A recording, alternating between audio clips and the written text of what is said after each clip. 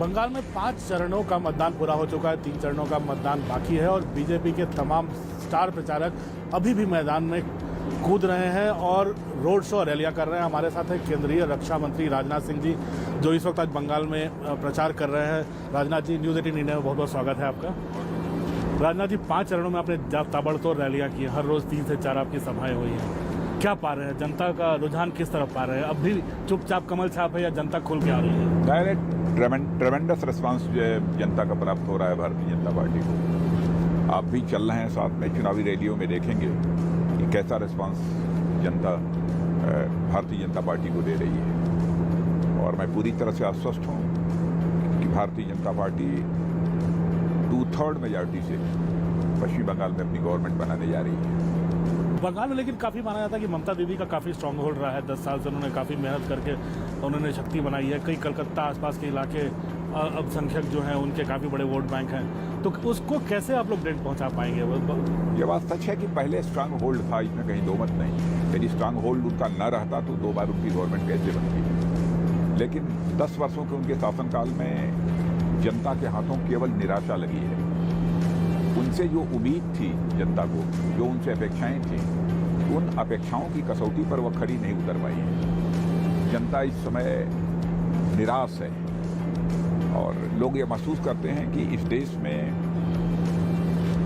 Good governance देने वाली कोई पॉलिटिकल पार्टी है और डेवलपमेंट करने वाली कोई पॉलिटिकल पार्टी है, तो that is Bharatiya Janata party. इसलिए स्वाभाविक रूप से लोगों के रुझान भारतीय जनता पार्टी के प्रति तेजी के साथ बढ़ी है। राजनीतिक हिंसा बहुत माना जाता था कि बंगाल की एक पहचान है, इस बार भी राजनीतिक हिंसा बहुत ज़्यादा हुई है। कोई भी मुख्यमंत्री हो, उसकी पहली जिम्मेदारी होती है कि अपने राज्य में रहने वाले लोगों को मुकम्मल सुरक्षा की व्यवस्था मुहैया कराना। लेकिन इस कसौटी पर भी पश्चिम बंगाल में टीएमसी की सरकार पूरी तरह से विफल रही है। आए दिन हिंसा की घटनाएं होती रहती हैं और ऐसी खबरें समाचार पत्रों में भी, इलेक्ट्रॉनिक चैनल्स पर भी प्रकाशित होती रहती हैं। चुनाव के दौरान भी आपने देखा होगा, चाहे इसके पहले पंचायत का चुनाव रहा हो अथवा इस बार विधानसभा का चुनाव हो रहा है, इसमें भी हिंसा की घटनाएं हुई हैं। यहाँ तक कि हमारे एक त्रिलोचन मेहता नामक एक कार्यकर्ता को बिल्कुल मारकर उसको पेड़ में लटका दिया गया और लिख दिया गया, भारतीय जनता पार्टी का जो काम करेगा उसका यही हश्र होगा। हमारे लगभग 150 से अधिक कार्यकर्ताओं की निर्मम हत्या हुई है। बम की फैक्ट्रियां इस राज्य में चल रही हैं। मैं समझता हूं उस राज्य को के मुख्यमंत्री को पद पर बने रहने का कोई नैतिक हक नहीं है। लेकिन आपको लगता नहीं कि हिंसा के चलते आपका कार्यकर्ता डरेगा? बूथ लेवल पे, गांव के लेवल पे, कस्बों के लेवल पे? नहीं, हमारा कार्यकर्ता बिल्कुल आश्वस्त है कि हमारी सरकार बनने जा रही है और साथ ही साथ हमारे कार्यकर्ता की इस मामले में भी पूरी प्रतिबद्धता है कि चाहे जैसे भी हो, एक ऐसी सरकार यहाँ पर आनी चाहिए पश्चिम बंगाल में जो कि सुशासन दे सके और विकास कर सके, यानी गुड गवर्नेंस और डेवलपमेंट दे सके। ऐसी पार्टी की सरकार चाहिए। और जैसा मैंने कहा कि इस मामले में शानदार ट्रैक रिकॉर्ड यदि किसी पॉलिटिकल पार्टी का है तो भारतीय जनता पार्टी का है। और साथ ही हमारे प्रधानमंत्री जी के प्रति भी जन सामान्य की विश्वसनीयता, साख वो बनी हुई है। राजा जी, केंद्र की सरकार, आप लोगों का बार बार आरोप लगता है कि केंद्र सरकार की योजनाएं जो हैं जमीन पर नहीं पहुंची है बंगाल में। यह आरोप नहीं लगता है, यह हकीकत है कि हमारी कई ऐसी केंद्रीय सरकार की योजनाएं जो जनहित की योजनाएं थी, उन्हें जिस प्रभावी तरीके से लागू किया जाना चाहिए था, सरकार ने लागू नहीं किया। मैं एक मिसाल देता हूं, वैसे मिसाल तो कई हैं लेकिन एक मिसाल देता हूं। अब किसानों के लिए सारे देश में प्रतिवर्ष 6,000 रुपया उनके अकाउंट में केंद्र सरकार के द्वारा डाला गया, प्रधानमंत्री किसान सम्मान निधि के अंतर्गत। लेकिन 3 वर्षों से 1 पैसा भी वहां के किसानों के खाते में नहीं पहुंचा। बार बार केंद्र सरकार के द्वारा आग्रह किए जाने के बाद कि आप अपने राज्य के किसानों की सूची मुहैया कराइए ताकि सीधे उनके अकाउंट में 6,000 रुपया डाला जा सके, राज्य सरकार ने नहीं मुहैया कराया। और इसके परिणाम स्वरूप 18,000 रुपया जो 3 वर्षों में हमारे बंगाल के किसानों को प्राप्त होना चाहिए था, वह नहीं प्राप्त हो पाया।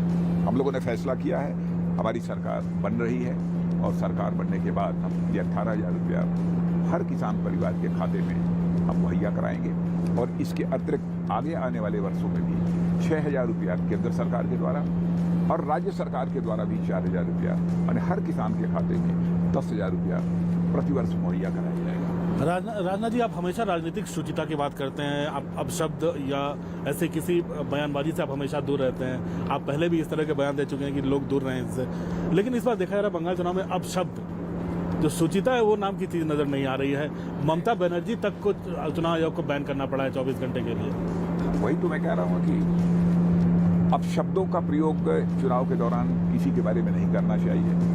मर्यादाओं का किसी भी सूरत में अतिक्रमण नहीं होना चाहिए, क्योंकि राजनीतिक क्षेत्र में काम करने वाला जो कार्यकर्ता है अथवा कोई नेता है, उसकी पहली जिम्मेदारी ये बनती है कि हम राजनीति के माध्यम से हम केवल सरकार बनाने के लिए राजनीति नहीं कर रहे हैं, बल्कि हम राजनीति यदि कर रहे हैं तो समाज बनाने के लिए कर रहे हैं, देश बनाने के लिए हम काम कर रहे हैं।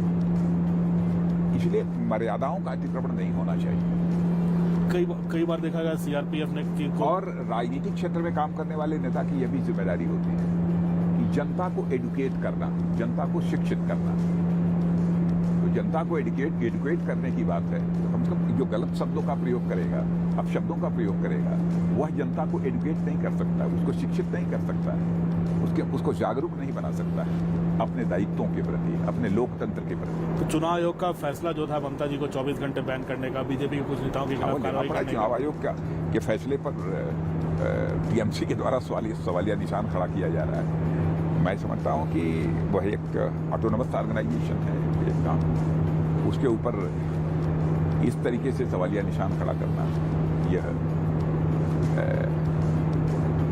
संवैधानिक एक लोकतांत्रिक व्यवस्था के ये अनुरूप नहीं है। राजनाथ जी, एक और चीज देखी गई है कि ममता जी बार बार मांग कर रही हैं कि कोरोना बहुत फैल गया है, सारे चुनाव को क्लब करके एक चुनाव में कर दिया जाए।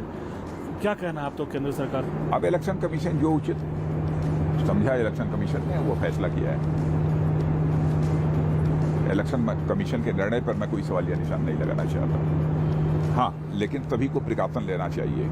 सार्वजनिक सभाओं में मास्क का प्रयोग करना चाहिए सभी, और बार बार हमारे प्रधानमंत्री जी के द्वारा भी आग्रह किया जा रहा है और हम लोगों के द्वारा भी बराबर ये आग्रह किया जा रहा है। इस पर पूरी सावधानी बरतने की जरूरत है। कोरोना बहुत तेजी से फैला है राजनाथ सर।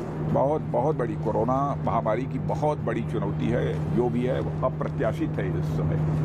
और हाँ, लेकिन मैं कहूँगा कि हमारी सरकार, प्रधानमंत्री जी श्री नरेंद्र मोदी जी के नेतृत्व में बहुत ही प्रभावी तरीके से जितना हो सकता है वह अपनी तरफ से कर रही है। लेकिन संकट बहुत बड़ा है और एकाएक जिस तरीके से अपसर्ज आया है, माने ये कोरोना की घटनाएं बढ़ी हैं, उससे चुनौती और बड़ी हो गई है। लेकिन हम आश्वस्त हैं कि हम, जैसे पिछली बार हम लोगों ने इस पर विजय प्राप्त की थी, इस बार भी यह देश कोरोना पर विजय प्राप्त करेगा। श्री राजनाथ जी, बहुत बहुत शुभकामनाएं कैंपेन के लिए और बंगाल चुनाव के लिए। न्यूज़ 18 से बात करने के लिए बहुत बहुत धन्यवाद।